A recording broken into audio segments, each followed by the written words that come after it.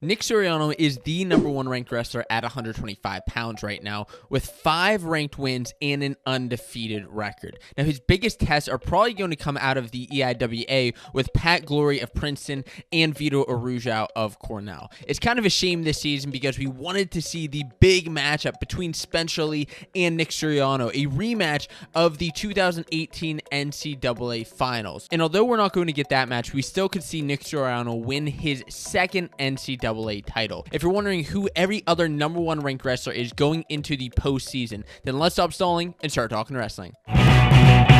What's going on, wrestling fans? My name's Josiah, and welcome to Fanco Wrestling, your source for college wrestling news and discussion, talking about the every number one ranked wrestler in college wrestling right now. I'm going to tell you why these guys are number one at their weight class, who their biggest test could be, and then I have a special bonus for you at the end of this video where I'm going to let you know how you can see my NCAA champion picks for the postseason. So at 133 pounds is Roman Bravo Young. He is also undefeated, just like Nick Suriano, going into the postseason, and Roman's best win comes over Austin DeSanto, a 3-2 decision in the Penn State and Iowa dual meet. DeSanto, the number 3 ranked guy, is one of Roman's toughest competitions, though the last 4 times that these two have met, Roman has won them all. DeSanto has wins over RBY in the past, but not as of recent. On the national stage, Roman will also get some tough competition against finalists last year, Dayton Fix. The two have not met up this season, but we could expect another rematch in the national finals,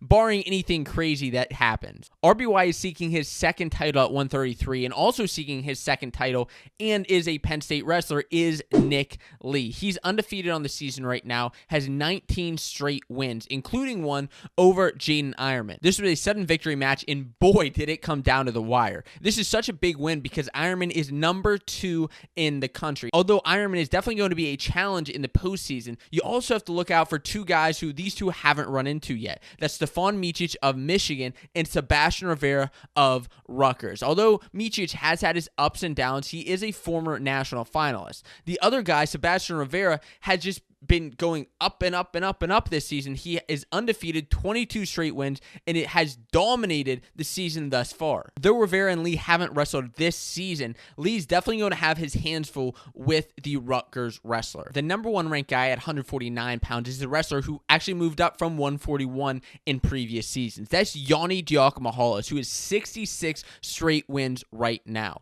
His most recent win was over Austin Gomez of Wisconsin, who he nearly majored, and Yanni has been crushing it this season as far as bonus points are concerned. He has 13 bonus point victories in his matches out of the 19 that he's wrestled this season. Similar to Nick Lee, he has a win over the number 2 ranked guy. At 149, that is Sammy Sasso of Ohio State, last year's national finalist. And although he had that win, his closest win of this season was actually over Ridge Lovett of Nebraska. That was a close, sudden victory match that Yanni ended up pulling out, and Ridge could prove a real threat on the national stage. Bumping up a weight to 157 pounds is another impressive win streak. That's David Carr of Iowa State, who has 50 straight wins. 17 of those are coming from this season, and 12 of those 17 from this year are bonus point victories. Although he has yet to be really tested this season, he does have a win over a top 10 Jared Franick of North Dakota State, and I'm interested to see how he performs on the big stage this year if he runs into Ryan Deacon, who is actually David Carr's last loss from a couple of years ago at the Cliff Keen Las Vegas Invitational. And other than that, he could be challenged by Ja'Cory Teamer of Arizona State, who made a run at last year's national championships. And of course, there's Austin O'Connor, who some people forget that he moved up from 49 to 57 this year and was last year's national champion at 149. 165 pounds has seen movement all year. Shane Griffith started as the number 1 guy, of course, as last year's national champion. Then after he lost at the beginning of the season, it changed to Alex Marinelli. Well, then later on when Marinelli took a loss, Evan Wicht moved into that number 1 position.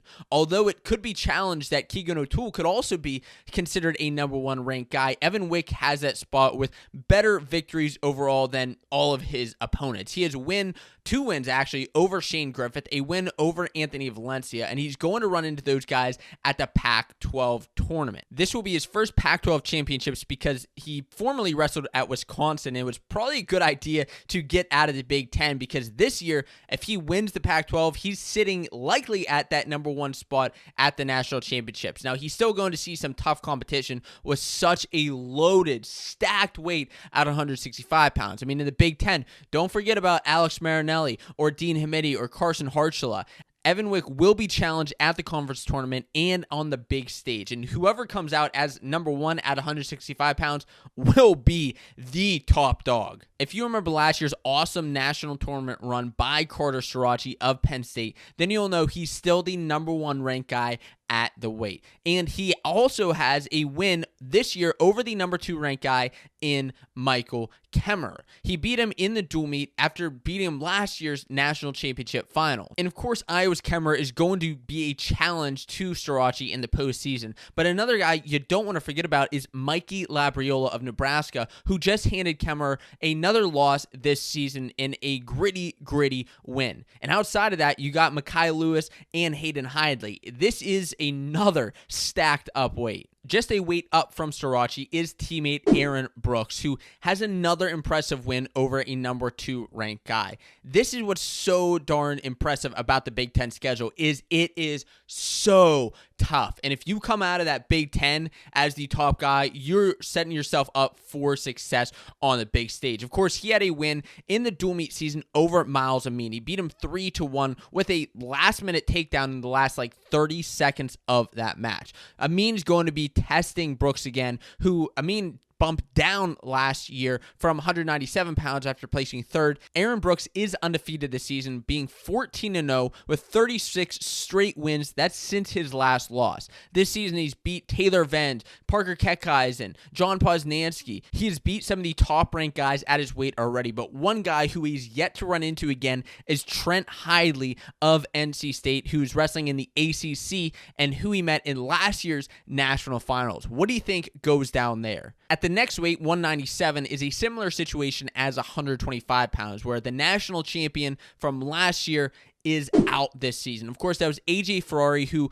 recently suffered an injury in a car accident and is not returning this season. But at number one now is Max Dean, another Penn State wrestler, putting the total of 5 Penn State wrestlers at the number one spot. And though Max Dean has 15 wins on the season, he does hold one loss. That is to Cam Caffey of Michigan State. And this weight is just, anything can happen here, but Max Dean does hold that number one spot right now because of his wins. He has wins over Brucky, Bolzak, and Warner, and he still is going to be tested by other tough Big 12 competition like Stephen Buchanan of Wyoming. And I wonder who wins this weight now that Ferrari is out this year. And if you're an avid college wrestling fan, then it's no surprise to you that Gable Steveson is number one at heavyweight, the Olympic champion who has won all of his matches by bonus point this season, including over the number 3 ranked and national finalist from last year, Mason Parris, who he majored. Is Gable Steveson really going to be tested in the postseason?